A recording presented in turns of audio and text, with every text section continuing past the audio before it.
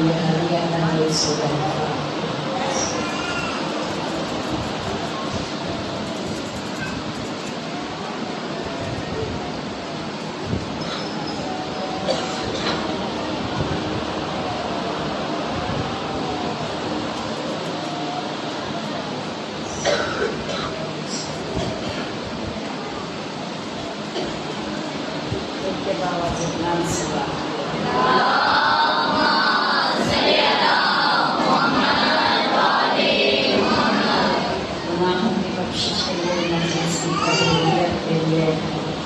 اور اسلام کی فتح و نصرت کے لیے اسرائیل اور امریکہ کی نصرت و نابودی کے لیے کلام ترس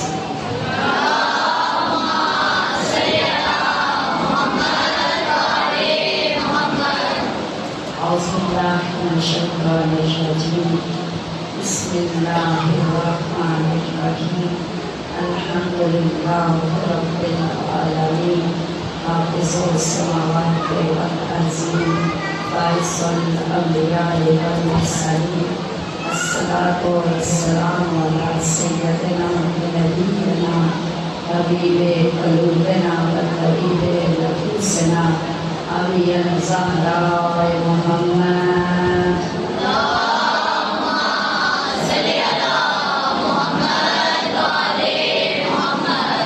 الصلاۃ والسلام علی الطاہرین المنتخبین المنتجبین خصوصاً علی سید الساجدین وعلی امام الشاکرین وعلی انبیاء وصالحین لعنت اللہ علیہم اجمعین اما بعد فقد قال اللہ تبارک و تعالی کتابہ المجید فرقانہ الحمید قولہ الحق بسم اللہ الرحمن الرحیم وما خلقت الجن والانس الا ليعبدون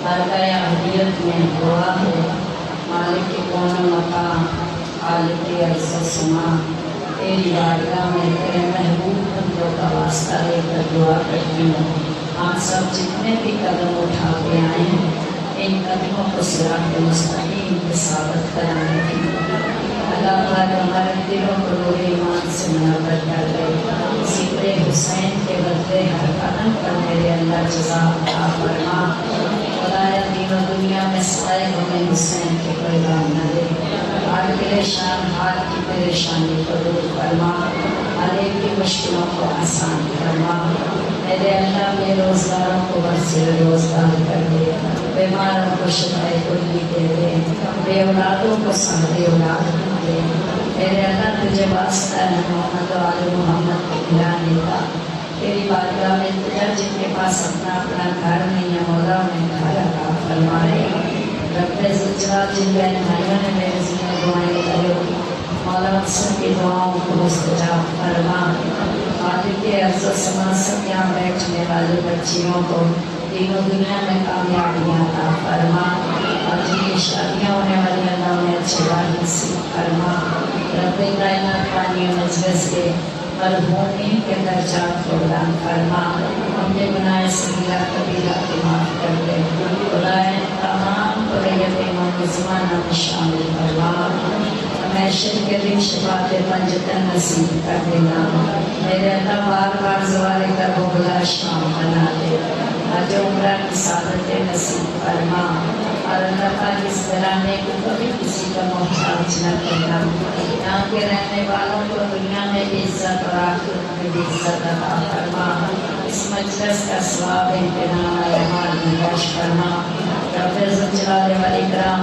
جو بھی مجلس حسین کا انعقاد کرتا رہا یہاں پہ اسی مبارکہ کے اندر جس نے بھی پیسے لگائے ہیں جس نے بھی اپنی ہمت طاقت کو صرف کیا اللہ اسے جزا دے اخر بھی عطا فرما رب ذوالجلال والاکرام ان تمام کو تیرے اللہ چاہے موت اس طرح بیماری پہ بھی آئے لیکن شہیدوں میں شمار کرنا رب کائنات تیری بارگاہ میں آخری اجازت ظہور امام میں عجیب فرما اور ایران کو میرے اللہ